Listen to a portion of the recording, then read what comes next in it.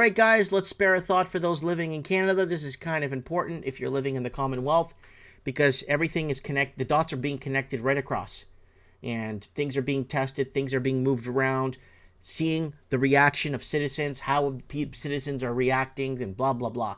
So Canada to limit international students to those with deeper pockets. So we talked about the Chinese invasion of students and basically coming into Canada, not really to get an education, but to actually just come in, sign up, try to get a refund, okay, after they get all their paperwork, get refund from their colleges. We covered this. And they're also buying real estate, and there's like 17, 18-year-old kids living in these houses with no guardians or nobody to find out what's going on to escape the vacant home tax. So Canada wants to bring in people with a lot of money, and it's old news. Australia's doing this, New Zealand's doing this, the UK's doing this, and they're doing this to allow foreigners to park their money in their countries. It's a race of money laundering. Shattered dreams. Rising cost of living and housing crisis are driving immigrants to leave Canada in growing numbers. So I got slightly emotional when I saw this because I didn't open this myself. Somebody sent me this today. Friday in an email. Someone sent me this, and it left me very emotional because they also sent me a link to this. They sent me this and said, Mike, you were right about the mass exodus of Canada. And they said, never mind, you weren't talking about immigrants mass exiting. You were talking about, immigrants mass exiting, but you were also talking about Canadians mass exiting. And rents in Ontario, Canada set to skyrocket, more mass exodus ahead. Canada's GDP is flat, but real estate outperforms mass exodus of youth from Canadian cities. Canadian brain drain is real. So he sent me a link to this. Where do Canadians go when they leave Toronto and Vancouver? Get out of the city now. Canadians out of reach for housing in their own country. Empty cities 5 years ago. Toronto mass exodus is real. It doesn't end.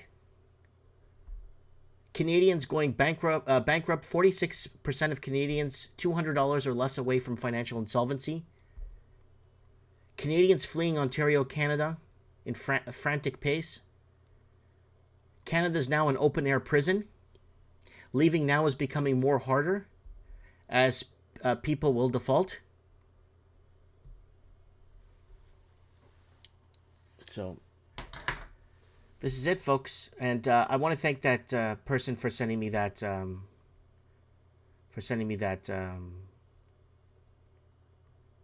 Is Rumble working, folks? Looks like it's freezing up.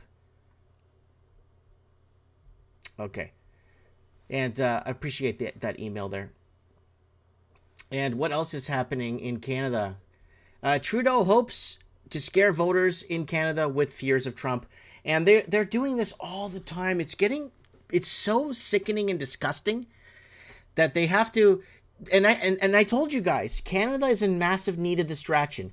Canada, Australia, New Zealand, the UK, they need Donald Trump back as president of the United States so they can have a 4-year binge on Trump is racist, Trump farted, Trump ate spaghetti, Trump is watching a KFC commercial, Trump is has a pet squirrel, and Canada needs Donald Trump back so they could go on a 4-year binge of bullshit to distract the Canadians from what's really happening and how it's happening.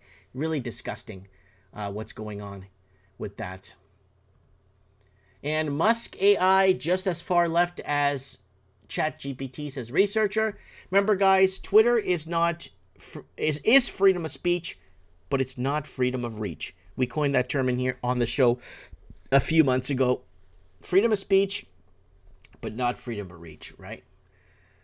And kind of wanted to throw that out there.